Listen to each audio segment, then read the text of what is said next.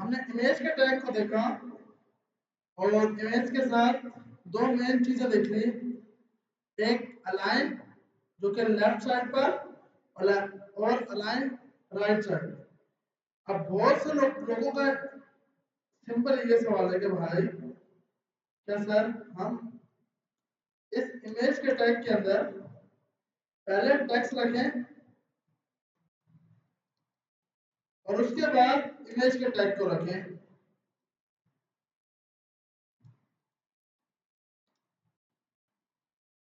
तो अब हम यहाँ पे आएंगे और यहाँ पर आकर हमने पेज पर रिफ्रेश किया तो भाई अब हमने सिंपल यहाँ पर कोई प्रॉपर्टी नहीं लगाई। हम यहाँ पर आए अलाइन लेफ्ट, आपने यहाँ पर आके सिंपल क्या पास कर दिया अलाइन लेफ्ट, लेकिन आपका जो टेक्स्ट है वो तो लेफ्ट साइड पे आया ही नहीं। क्यों नहीं आया भाई? अब उसके बाद आपने ये कुछ टेक्स्ट दिया और अब आपने चेक किया, अब आपका टेक्स्ट ये आया लेफ्ट साइड पे। भाई वो इसलिए कि जो टेक्स्ट उससे ऊपर है वो तो नहीं आएगा, क्योंकि इमेज ऊपर होगी टेक्स्ट नीचे होगा तो आपके पास शो होगा। जो टेक्स्ट ऊपर है वो तो नहीं आएगा, क्यों कि पहले आप बता चुके हो पहले टेक्स्ट है बाद में इमेज है। अलाइन की प्रॉपर्टी सही करके तब काम करेगी जब आपका इमेज का टैग कहाँ लगा होगा, सबसे ऊपर। इमेज का टैग ऊपर है और अलाइन क्या पास किया हुआ है, लेफ्ट। इधर है, अब आपने रिफ्रेश किया, अब बिल्कुल ये सही काम करेगा। क्यों कि अब आपने उसको बता दिया है पहले इमेज बाद में टेक्स्ट, और इमेज लेफ्ट साइड पे आए तो टेक्स्ट राइट साइड पे आएगा। लेकिन जो टेक्स्ट आपकी इमेज के टेक्स्ट से ऊपर होगा वो नहीं आएगा, वो तो जैसे टेक्स्ट में आ रहा है वैसे का वैसा पास होगा। ये सब कुछ समझ आ गई? इसी तरह हमने एक और प्रॉपर्टीज की देखी भाई, राइट, जो बहुत इजी है, आपके पास राइट साइड पर टेक्स्ट को लेके चली जाती है, आपका टेक्स्ट राइट साइड पर लेके चला जाता है। अब आपको ये सिंपल बोल रहा है कि भाई अलाइन टॉप, अलाइन टॉप। अब हम यहाँ पर कुछ भी नहीं लगाते, हमने यहाँ पर कुछ भी नहीं लगाया और इधर आए। अच्छा ऐसा कुछ जिसको अलाइन और लेफ्ट और राइट मसला हो, सबको समझ आ गया ना भाई? सबको आ गया भाई? यस बॉस, आ रहा समझ गया नहीं? सर चल रहा कोई भी चीज देखिए, आपके बाकियों को नहीं देखना, आपने अपने आप को देखना है कि मुझे समझ आ रही है या नहीं आ रही। नहीं आ रही तो पूछना भाई, मुझे कोई फॉर्म नहीं आएगा तो उसको समझ नहीं आ रही, तो कोशिश करनी है, नहीं समझ आ रहा मुझे पूछना है। अच्छा अब मैंने अलाइन टॉप किया और अब इस तरह मैंने कोई भी अलाइन की प्रॉपर्टी नहीं दी। पी का टैग था भाई, पी के अंदर एक इमेज का टैग था और इमेज के अंदर टेक्स्ट था। अब हम इधर आए आउटपुट में, तो भाई ये सिर्फ एक लाइन लेके आएगा। कितनी लाइन लेके आएगा? एक लाइन।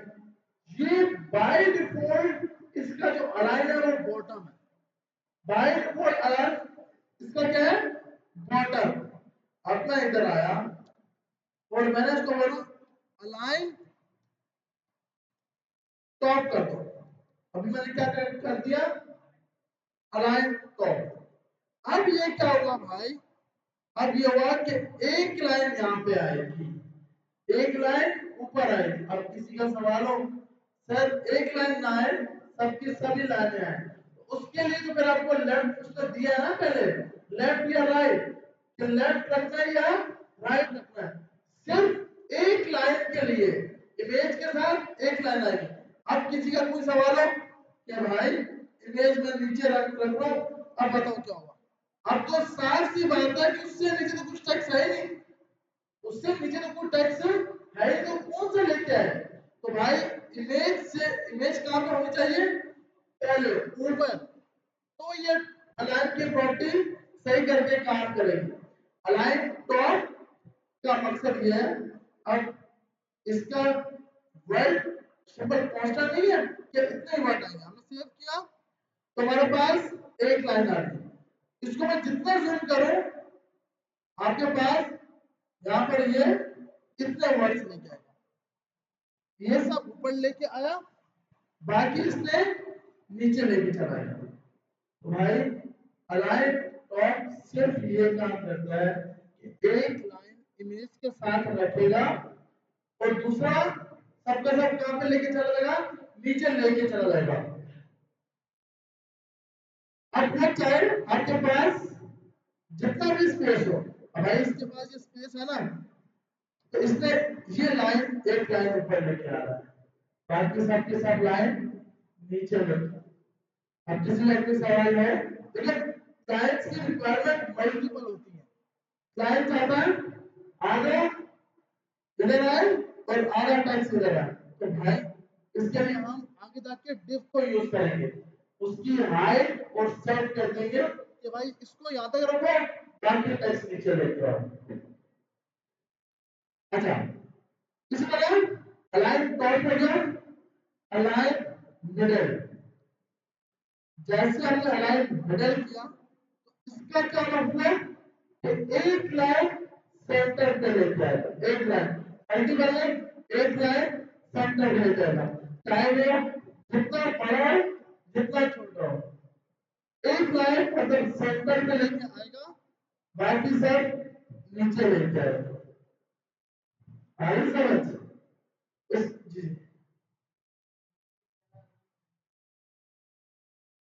वही मॉडल ये काम करेगा बस। ये आप सेंटर यूज करो या मिडल यूज करो, तो काम एक ही है। आप मिडल यूज कर रहे हो या सेंटर यूज कर रहे हो, एक ही काम करेगा। सिर्फ क्या होगा, एक लाइन सेंटर पे जाएगा, उसके बाद बाय डिफॉल्ट जो तीसरी प्रॉपर्टी जिसका नाम है बॉटम, बाय डिफॉल्ट आ भी बॉटम रहता है और ये है बॉटम, तो एक लाइन नीचे आएगी, मतलब इमेज के साथ एक लाइन आएगी बाकी सब नीचे आएगी। आ रही समझ? तो भाई अब ये पांच अगर सवाल आगे लेफ्ट और राइट का तो बहुत ही हम बहुत ज्यादा जगह पे यूज करेंगे, मिडल और बॉटम बहुत कम यूज होता है क्योंकि इमेज के साथ एक लाइन तो नहीं चाहिए, पूरा पूरा हमें पैराग्राफ चाहिए। ऐसी है ना भाई, लेकिन हमें पता होना चाहिए मिडल टॉप बॉटम ये सिर्फ और सिर्फ। अब इसमें क्या है, आप लगाओगे इमेज के ऊपर, एक चीज याद रखना, आप लगाओगे इमेज के ऊपर, डिफरेंट किसके ऊपर देखोगे, टेक्स्ट के ऊपर। हरी फ्रेंड्स देखो हम लगा रहे किसके ऊपर है, इमेज पर। अगर इमेज की बात थी तो इमेज बॉटम पे जाता ना, अलाइन बॉटम मैंने किसके ऊपर लगाया, इमेज के ऊपर, तो इमेज को बॉटम पे जाना चाहिए था, ये तो टेक्स्ट को लेके जा रहा है।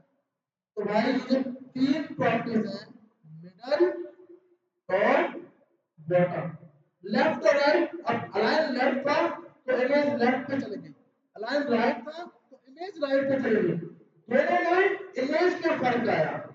ऐसे है ना कि दोनों में इमेज में फर्क आया, इमेज आगे पीछे गई, लेकिन जब हम बात करते हैं मिडल टॉप बॉटम, ये चेंज करता लगाते इमेज के ऊपर है, चेंज टेक्स्ट को करता है। आ रही समझ या नहीं आ रही? हम लगा रहे इमेज के ऊपर है, फर्क ये इस टेक्स्ट को डाल रहा है।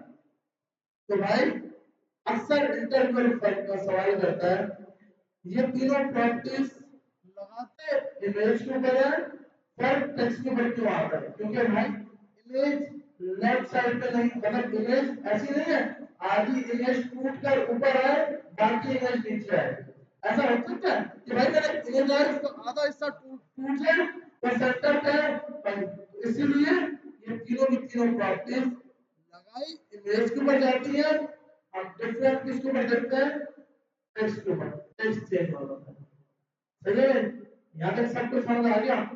तो उसके बाद हमारे पास इस चैप्टर के अंदर इमेज वाले में जी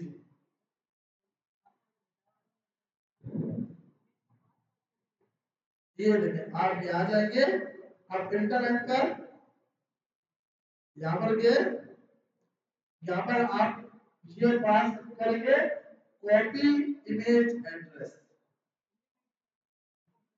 हाँ, अगर आपको कोई भी स्पोर्ट्स में करना है, जैसे अभी स्टार्ट हुआ पीएसएल,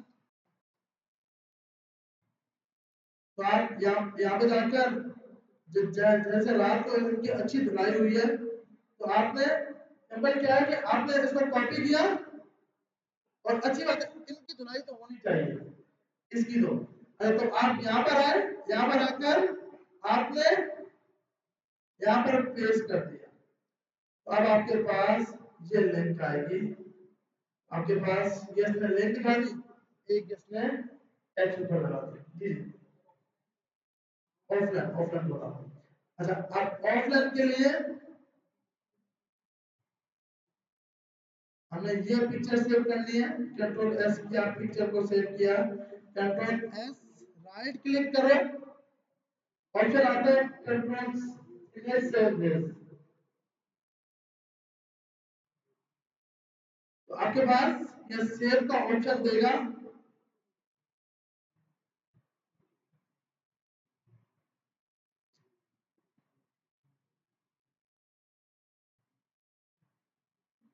आपके पास इसने सेव का ऑप्शन दिया, आपने यहां बोला न्यू डॉट जेपीजी, आपके पास ये फाइल सेव हो गई। आप इधर आए, आपने इधर आकर एसेट्स इमेजेस,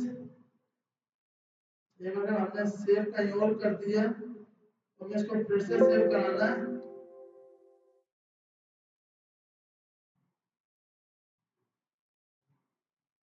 हम यहाँ पर है, हमें वेबसाइट्स के अंदर स्टोर करानी है, जबकि हमें इसको कराना है इमेज के अंदर।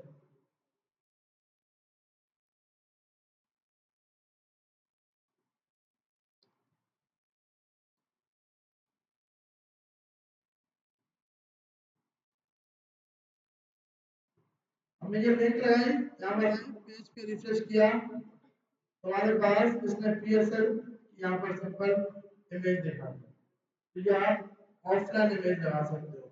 ये आपका ऑफलाइन है, ऊपर वाली दोनों की दोनों, ये भी ऑफलाइन है, ये ऑनलाइन पिक्चर।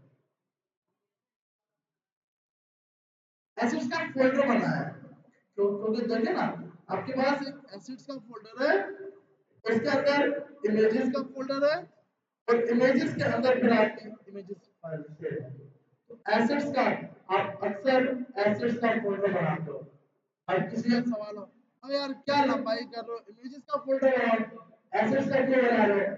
देखो जब आप वेबसाइट बनाते हो ना, तो उसके अंदर font icon, font families, vector icons, तो हर चीज का आप फोल्डर बनाओगे किसके अंदर? एसेट्स के अंदर। एसेट्स के अंदर हम सिंपल इसका फोल्डर बनाएंगे। सही है भाई, यहाँ तक सब कुछ समझ आ गई कि आपके पास ऑफलाइन इमेज भी लगा सकता है, ऑनलाइन भी लगा सकता है। हमें सोर्स का पता लग गया, फॉन्ट का पता लग गया, टाइटल का पता लग गया, और अलाइन का पता लग गया। लास्ट एक चीज रह गई,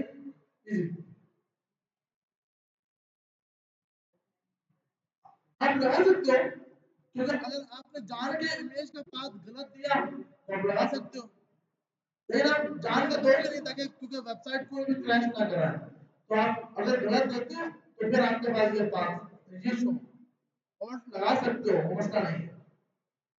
अच्छा, अब हम यहाँ पर आए, यहाँ पर आकर जाकर आपने एक आता फिगर, एक आता आपके पास फिगर, इसके अंदर आपने एक इमेज दी,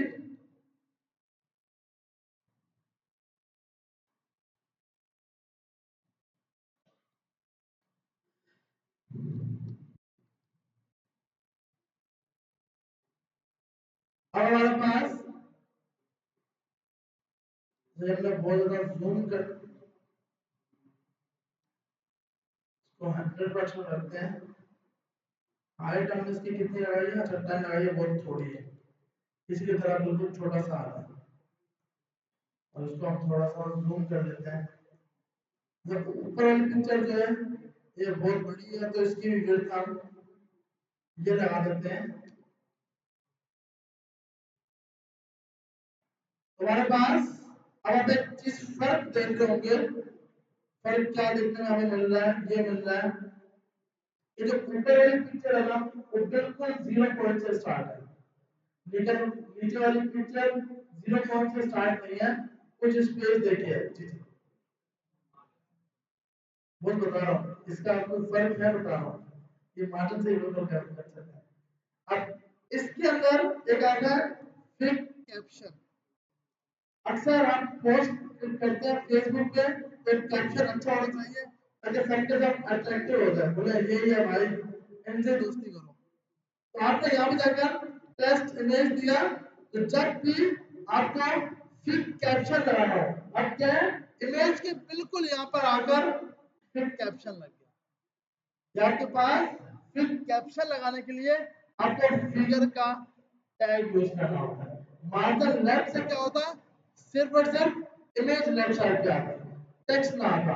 तो अब आपके पास आपको इमेज भी दिखानी है और नीचे उसका कैप्शन दिखाना है। अब कोई बंदा बोले भाई मेरा कैप्शन तो बहुत बड़ा है, यहाँ पर आए, अब जो कैप्शन है ना वो यूं करके इस साइड पे नहीं आएगा, कैप्शन यहाँ पे स्पेस रखेगा ही रखेगा, जो बाय डिफॉल्ट उसका स्पेस है वो लेगा ही लेगा। तो आप फिगर के नीचे जितना भी आपको टेक्स्ट दिखाना हो उसके लिए आप फिगर का टैग यूज करते हो और फिर कैप्शन।